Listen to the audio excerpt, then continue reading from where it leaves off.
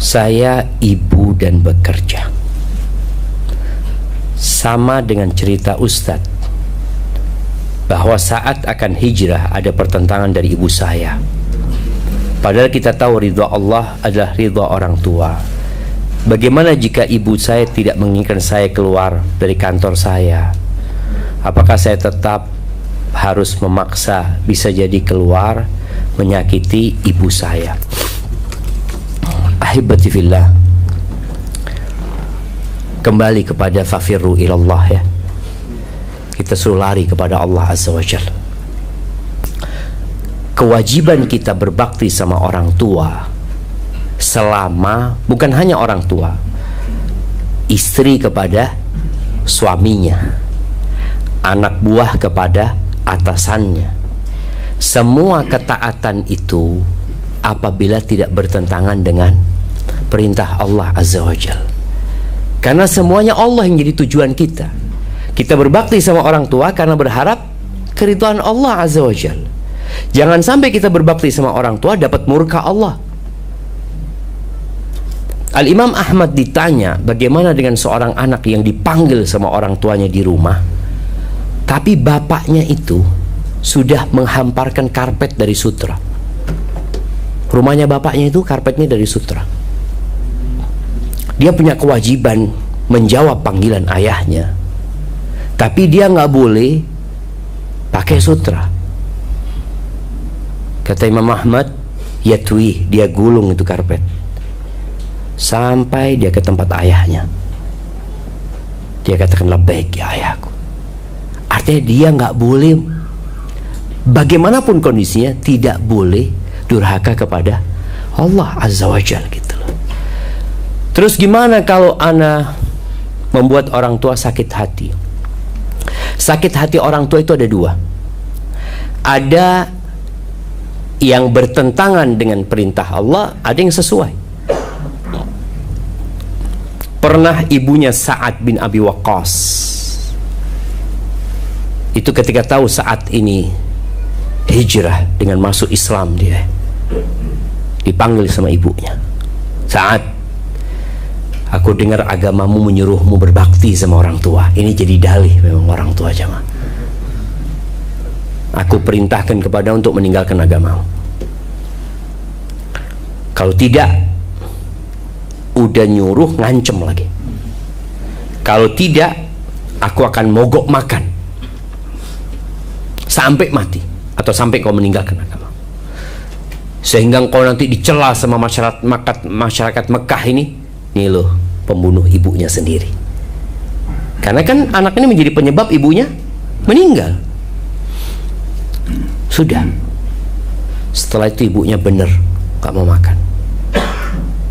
Berhari-hari jemaah, sampai kondisinya kritis.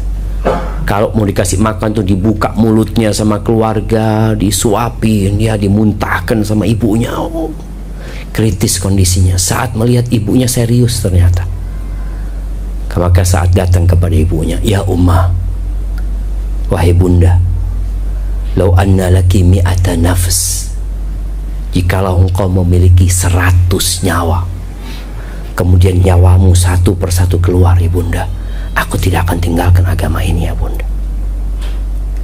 Kuli audai, silahkan kau makan, atau kau nggak mau nggak usah makan sekalian bunda.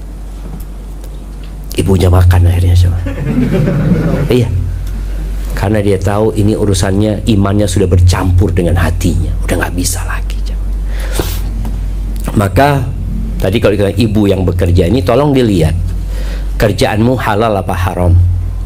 Kalau kerjaanmu halal, silahkan dilanjutkan gitu loh.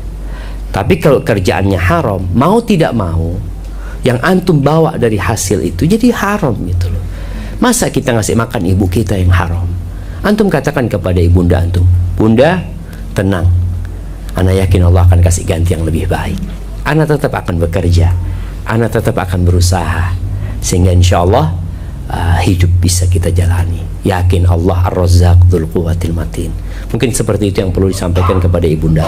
Tapi tadi ibunda marah, wajar. Maka bisa jadi mungkin untuk menunggu waktu seperti tadi yang jadi supir apa? Supir Grab itu jamaah, dia berusaha untuk pakai seragam, tetap keluar rumah pakai seragam, masuk mobil dia bukain semua.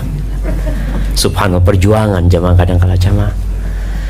Barakallahu fiik. Baik, silahkan.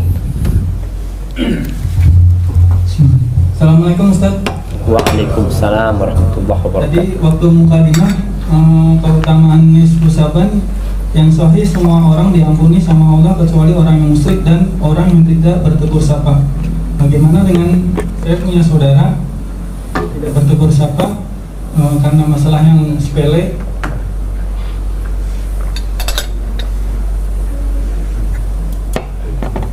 tapi dibesar-besarkan. Saya udah coba untuk WA tapi nggak ada respon. Nah, itu bagaimana Ustaz? Maksudnya tidak diampuni kah atau bagaimana? Masya Allah. Iya jamaah, ini jadi dilema ya. Artinya gimana caranya menghilangkan kondisi musyahin tadi, tidak bertegur sapa itu. Soalnya kan akhirnya tetap tidak terjadi tegur sapa gitu. Ana menegur tapi dia nggak balas gitu. Ana berusaha WA diblokir atau apa seperti itu. Para ulama menjelaskan, kalau kita sudah datang, kita sudah minta maaf, kita sudah berusaha mendekat sama dia tapi dia menolak, maka bagian kita selesai. Kita udah nggak dosa karena kita sudah berusaha. Yang jadi pertanyaan, apakah usaha kita sudah maksimal? Apa belum? Kadangkala kita lupa mendoakan mereka. Kadangkala kita lupa, mungkin caranya harus kasih hadiah. Udah Ustaz, dibuang hadiahnya Ustaz, seperti itu. Antum gantungin di mana? Di pintu rumahnya. Atau apa? Udah Ustaz, taib. Mungkin butuh mediator, orang yang memediasi. Kadangkala dia ini ada orang yang sakit hati, yang memang tipikalnya, tipenya itu kalau sakit hati disimpan, bahkan jadi dendam. Apalagi dia saudara kita, mungkin butuh mediator yang datang kepada dia. Oleh karena itu, di antara dusta yang diperbolehkan itu adalah dusta dalam rangka memperbaiki dua orang yang bertikai. Itu boleh dusta. Kalau artinya kita lihat dua orang ini sama-sama tidak mau bertegur sapa gitu loh, kita kan bisa masuk. Tapi kalau ini kan antum mau negur dia, berarti antum perlu minta tolong kepada seseorang untuk datang kepada dia. Cobalah sampaikan, anak ini sampai nggak bisa tidur mikirin dia. Bentar lagi sudah nisfu Sya'ban ya. Anak harapan anak ya kita diampuni dosa-dosa kita. Jadi mungkin ungkapan-ungkapan seperti itu ya membuat dia luluh. Tapi kalau memang akhirnya tidak, ya udah, kita udah maksimal, tinggal doa yang kita bacakan sama dia. Insya Allah bagian kita udah nggak ada. Kan kita tetap menegur, kita bukan memutuskan silaturahim, dia yang memutuskan, kita tidak gitu loh sebenarnya. Hadza wallahu a'lam bishawab.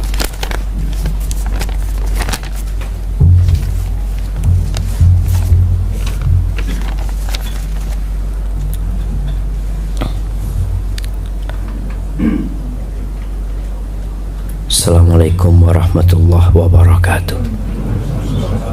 Suami anak insya Allah hadir di kajian ini. Soalnya dia nggak kelihatan. Bisa jadi suaminya lagi marung di mana, di warung kan nggak tahu jam. Jadi dia berharap suaminya hadir di kajian. Ada loh jamaah, suami istri datang. Ana lihat sendiri, suami istri datang bareng istrinya ngaji. Si suaminya ke warung minum kopi di sana. Nanti selesai kajian dia jemput istrinya. Masya Allah, suaminya alhamdulillah, suamiku mau ngaji kata dia. Padahal dia duduk. Allahu Akbar. Mohon pencerahannya Ustaz. Menghindari dari dosa-dosa besar, apalagi suami adalah pemimpin keluarga. Karena kami punya anak penghafal Al-Quran. Anak takut dosa yang dilakukan seorang imam, kepala keluarga akan menimpa kepada anak-anak. Anak selalu kepikiran, ya Allah, mohon untuk tidak dibacakan. Anak baca dulu, antum gak usah dengerin gitu loh.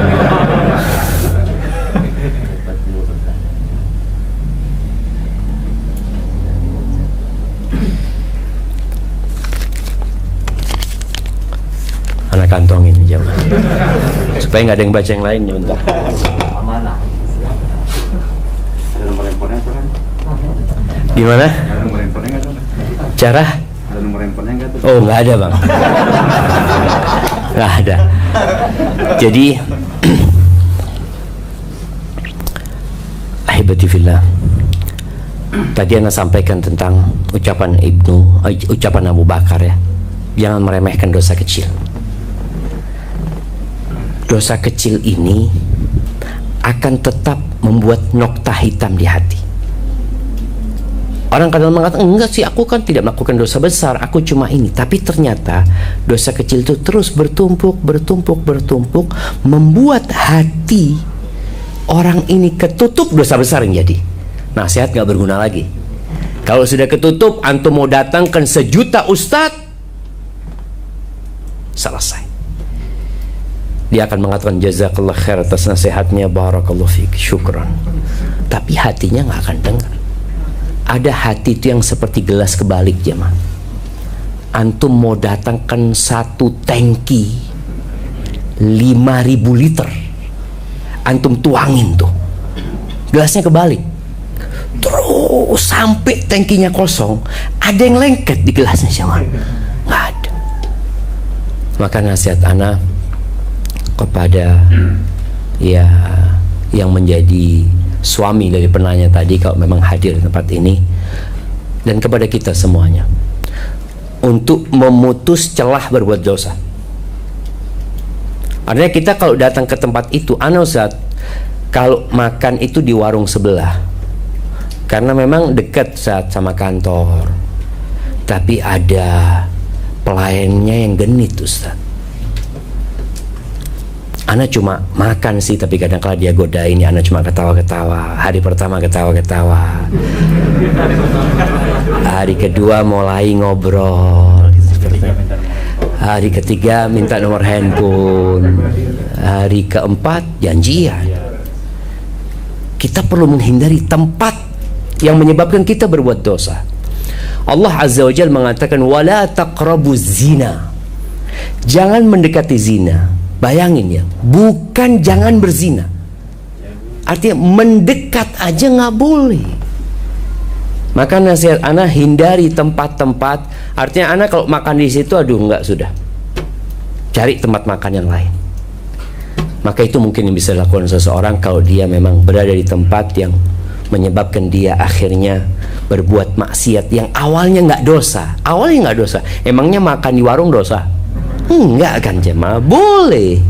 Tapi ada yang menyebabkan terjadinya dosa, sehingga hendaklah itu dihindari. Minta tolong sama Allah Azza wa Jalla. Wallah, kita kalau nggak dibantu sama Allah, nggak bisa kita ninggalin dosa jemaah. Wallah. Dan ada sebuah doa ya, yang Nabi SAW membacanya dan kita hendaklah membacanya. Beliau berdoa, Allahumma inni a'udzubika min syarri sam'i. Anak tuh kadang-kadang kalau lewat Allah, kita mulai keluar kota nih jemaah, turun pesawat, pemandangannya na'udzubillah, maka anak ingat sama doa Nabi ini. Beliau mengatakan Allahumma inni a'udzubika min syarri sam'i wa min syarri basari wa min syarri lisani wa min syarri qalbi wa min syarri mani. Ya Allah, aku berlindung kepadamu dari kejahatan pendengaranku, kejahatan penglihatanku, kejahatan lisanku, kejahatan hatiku, dan kejahatan maniku. Baca doa itu. Barakallahu fikum. Baik, pertanyaan yang ketiga. Oh jamaah, kayaknya cuma 3 pertanyaan. Jam 11, udah hampir jam 11 jamaah. Nah, ana bacakan yang ahwat aja ya.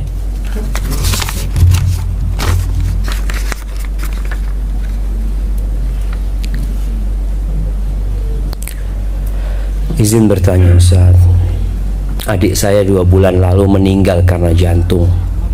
Semasa hidupnya dia jauh dari agama.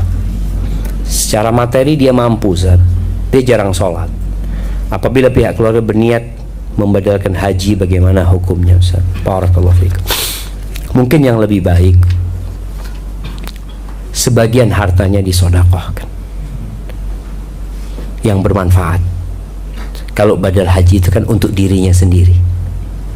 Tapi kalau disedekahkan untuk bangun masjid umpamanya, bangun sekolah, insya Allah manfaatnya akan lebih banyak. Bukan pribadi gitu ya, bukan pribadi, kecuali dia mewasiatkan. Kalau wasiat, hajikan ana, atau dia sudah daftar haji belum berangkat, ya silahkan gitu loh. Tapi kalau inisiatif keluarga, lebih baik ya tadi, amalan ini banyak macam, boleh badal haji boleh, tapi kalau ada yang lebih bermanfaat mungkin diarahkan ke sana. Baik, ini pertanyaan terakhir Ustadz, yang semoga selalu dirahmati Allah, amin. Izin bertanya, bahwa Rasulullah SAW puasa hampir full di bulan Sya'ban. Bukankah batas akhir puasa di bulan Sya'ban adalah pertengahan bulan Ustadz? Mohon penjelasannya. Subhanallah, iya, memang ada hadis yang mengatakan idzan tasafa Sya'ban fala tasumu. Kalau sudah sampai ke pertengahan Sya'ban, jangan puasa. Hadis ini sebagian ulama dianggap mansuh, sudah dihapuskan hukumnya. Tapi sebagian ulama tetap menjalankan hadis ini, di antara Imam Syafi'i rahimahullahu taala.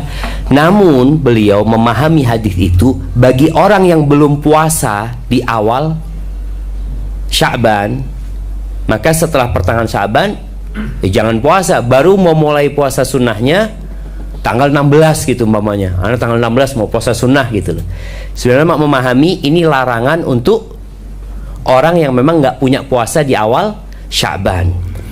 Tapi pendapat yang lain mengatakan enggak, hadis itu sudah dihapuskan dengan Nabi SAW melarang kita untuk memulai Sya'ban puasa sehari 2 hari sebelum Sya'ban. Diperbolehkan kita puasa di pertengahan Sya'ban pun, silahkan puasa sunnah, nggak ada masalah, tapi jangan menyambung Ramadan dengan Sya'ban, jangan disambung. Jadi mungkin seperti itu. Ya alhamdulillah kita belum masuk pertengahan Sya'ban jemaah. Untuk menghindari khilaf kita puasa sekarang, umpamanya besok hari Senin kita puasa, kan ini sudah belum pertengahan Sya'ban gitu. Setelah itu kita puasa, kalau bisa puasa sehari puasa, sehari nggak puasa, atau mau puasa nyambung, Anda mau puasa sepekan Ustaz, nggak ada masalah puasanya seperti itu. Jamaah, itu yang dapat Anda sampaikan, kurang lebihnya mohon maaf. Mungkin ada banyak pertanyaan yang tidak sempat dibacakan di sini. Yang benar dari Allah, yang salah dari diri Anda pribadi. Anda ingin berdoa buat dokter ya yang sedang sakit, semoga Allah menyembuhkan beliau dan menyembuhkan yang sakit semua di sini. Allahumma shfi mardana wa mardal muslimin. Allahumma ballighna Ramadan. Allahumma ballighna Ramadan. Allahumma ballighna Ramadan. Sallallahu ala nabiyyina Muhammadin wa ala alihi wa sahbihi wasallam. Wassalamualaikum warahmatullahi wabarakatuh.